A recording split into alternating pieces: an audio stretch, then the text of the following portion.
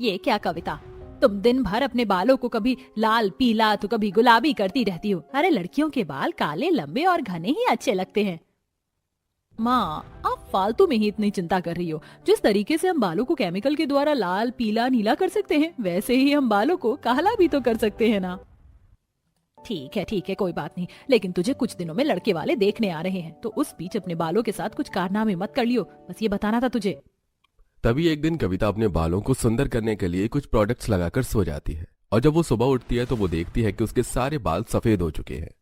माँ देखो ना, ये क्या हो गया, मेरे सारे बाल सफेद हो गए। हे राम, ये क्या कर लिया, सत्यानाश। 2 दिन बाद तुझे लड़के वाले देखने आ रहे हैं और तूने अपने सारे बाल सफेद कर लिए। अब इसका कोई उपाय है कि नहीं? पता नहीं माँ, मेरे पास कुछ प्रोडक्ट्स हैं, मैं उनका इस्तेमाल करके देखती हूँ।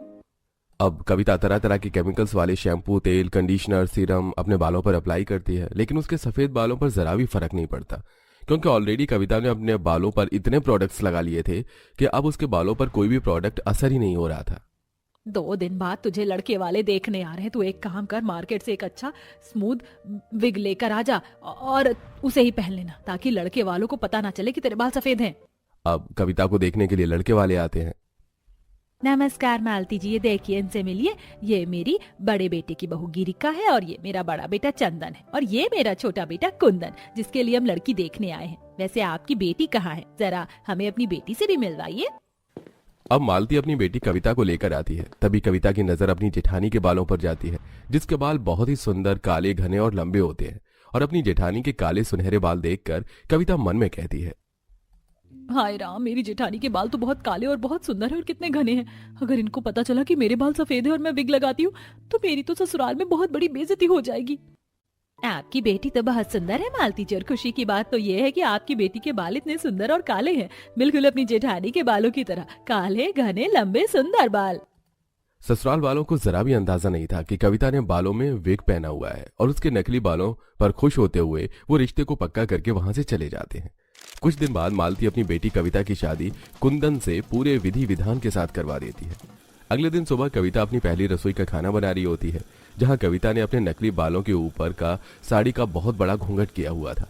तभी वहां पर उसकी जेठानी आती है, जो अपने काले घने लंबे बालों को लहरा रही होती है और अपनी देवरानी के सिर पर घूंघट देखकर कहती है, अरे ये क्या देवरानी जी, आपने इतना बड़ा घूंघट क्यों किया हुआ है? आप चिंता मत करिए, आपके ससुराल वाले पुराने ख्यालात के बिल्कुल भी नहीं है। उन्हें आपके घूंघट करने और ना करने से कोई दिक्कत नहीं है। आप सर पर से पल्ला हटा लीजिए और बिल्कुल फ्री होकर अपने ससुराल में रहिए।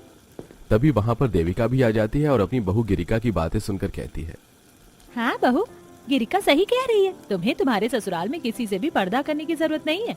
और वैसे भी तुम्हारे तो इतने सुंदर प्यारे काले घने बाल हैं और तुमने उनको अपने घूंघट से ढक रखा है। अरे हटा दो ये घूंघट और अपने सुंदर बालों के साथ बड़े कॉन्फिडेंट के साथ खाना बनाओ। तभी कविता सबसे झूठ कहते हुए कहती है, वो दरअसल माँ जी, हमारे यहाँ नई बहू सबसे घूंघट ही करती है और मुझे घूंघट करना पसंद भी है, इसीलिए बस।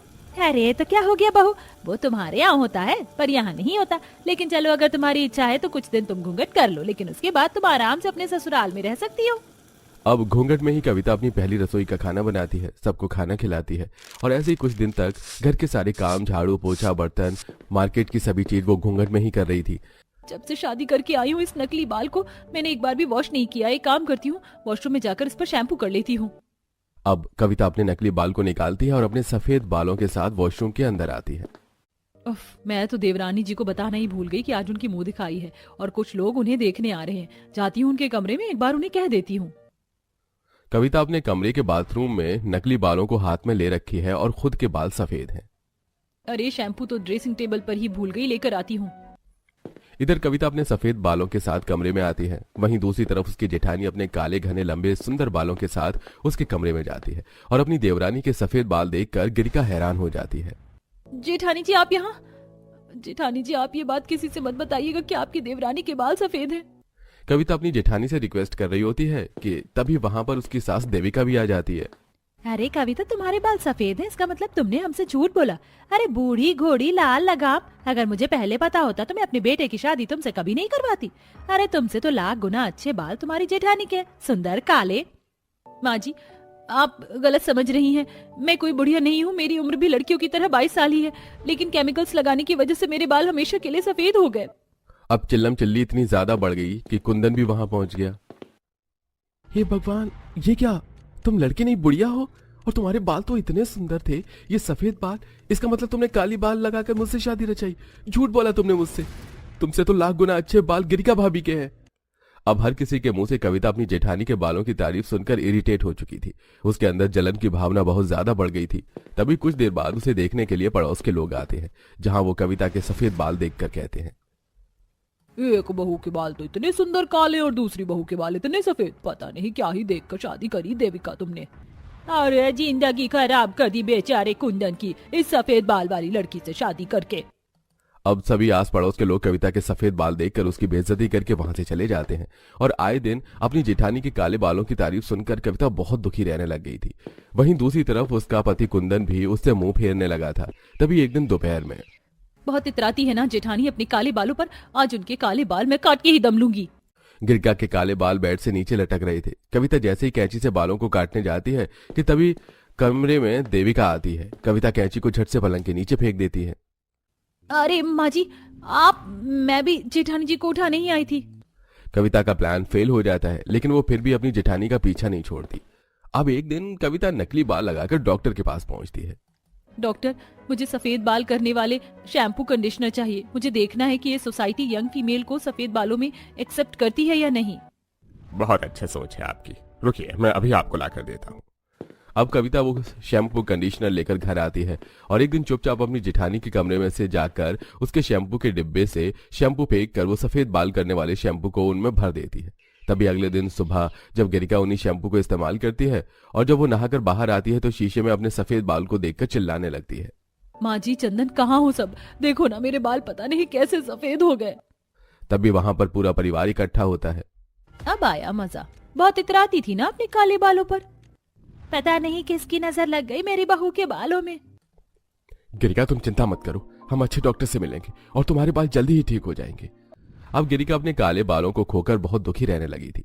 तभी एक दिन कविता अपने कमरे में फोन पर बातें करके ठाके मार मार कर हंसते हुए कह रही थी, देखा, ये सारा कमाल तो अरविंद डॉक्टर का है जो खैरपुर की तरफ रहते हैं। मैंने उनसे ही ये सारे प्रोडक्ट लेकर अपनी जेठानी के बाल सफेद करे। दरवाजे पर खड़ी गिरिका अपनी देवरानी की सारी बातें सुन लेती है और वो अपनी आंखों में आंसू लिए अपने कमरे में जाती है और सारी बात अपने पति से कहती है।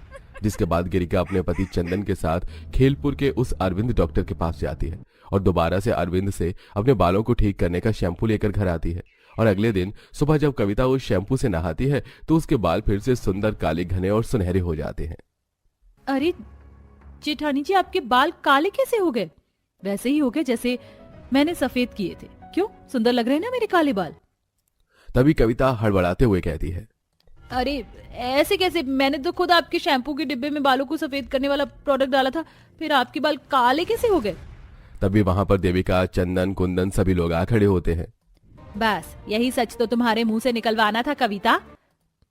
माफ कर दीजिए मुझे जेठानी जी, सासू माँ, मैं आप सबसे माफी मांगती हूँ। मेरे अंदर की जलन की भावना इतनी ज्यादा बढ़ गई थी जिस वजह से मैं इस हद तक चली गई। कोई बात नहीं कविता, लेकिन आज से मैं तुम्हारे बालों की देखभाल करूंगी और एक अच्छे डॉक्टर से ट्रीटमेंट भी करवाऊंगी। अब गिरिका अपनी देवरानी के बालों को भी अच्छे से देखभाल करने लगती है। वो उसके बालों में तेल लगाती है, अच्छे डॉक्टर से दिखाकर अच्छे प्रोडक्ट्स उसको इस्तेमाल करने को कहती है, जिसके बाद से दोनों देवरानी जेठानी के काले सुंदर घने और सुनहरे बाल हो जाते हैं।